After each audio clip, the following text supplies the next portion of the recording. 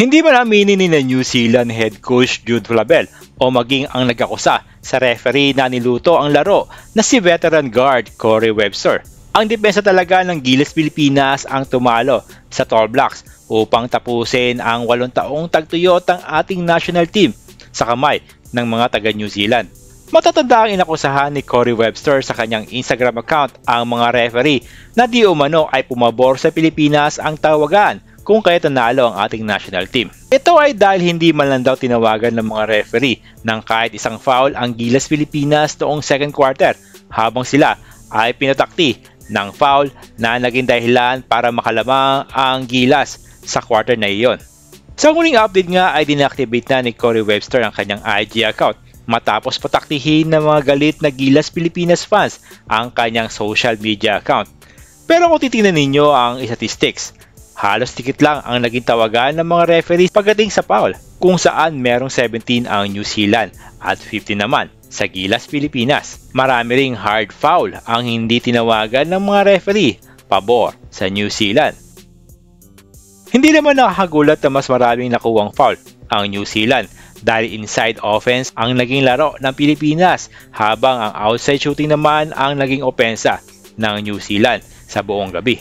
Bukod pa sa akusasyong may lutuang naganap, nireklamo din ni Coach Flavel ang limited practice time ng kanyang koponan na dumating lamang sa Pilipinas 3 araw bago ang November 21 match. Napagod din daw sila sa mahabang biyahe mula sa Auckland, New Zealand patungo sa Pilipinas na may average 16 hours flight time kasama ang isang stopover. Hindi din daw nila kinaya ang init dito sa Pilipinas kaya madali napagod ang kanyang mga players. Maliban na lamang kay Tombo Danovic na madali nakapag-adjust sa ating klima dahil 2 buwan din itong naglaro sa Converge Fiber Sixers noong nakaraang PBA Commissioner's Cup. Si Tombo Danovic ay nagtala ng 19 points kung saan pumutok ito sa 3 na may 5 out of 7 sa 3 points territory. Pero sabi nga ng mga fans dapat pumunta ng mas maaga sa Pilipinas ang kanyang koponan para makapag-adjust ang kanyang mga players mula sa napakalamig nilang bansa patungo sa tropical country tulad ng Pilipinas. Isa din sa nireklamo niya ay ang kanyang sistema na hindi pa ganun kapamilyar ang mga players dahil mayigit 1 buwan pa lamang siyang itinilaga bilang head coach ng kanilang national team.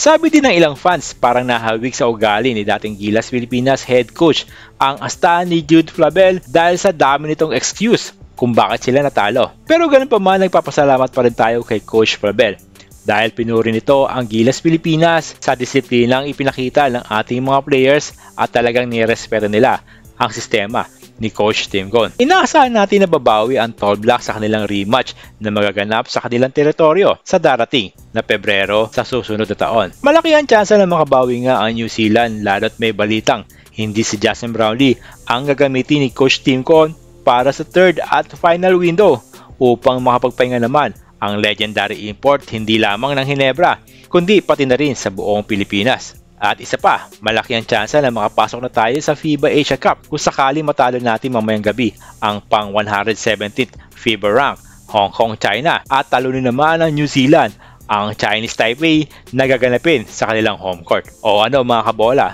ano ang masabi ninyo sa naging dahilan ni Coach Jude Flavel kung bakit sila natalo sa Gilas Pilipinas? Naniniwala ba kayo na may naganap na lutuan?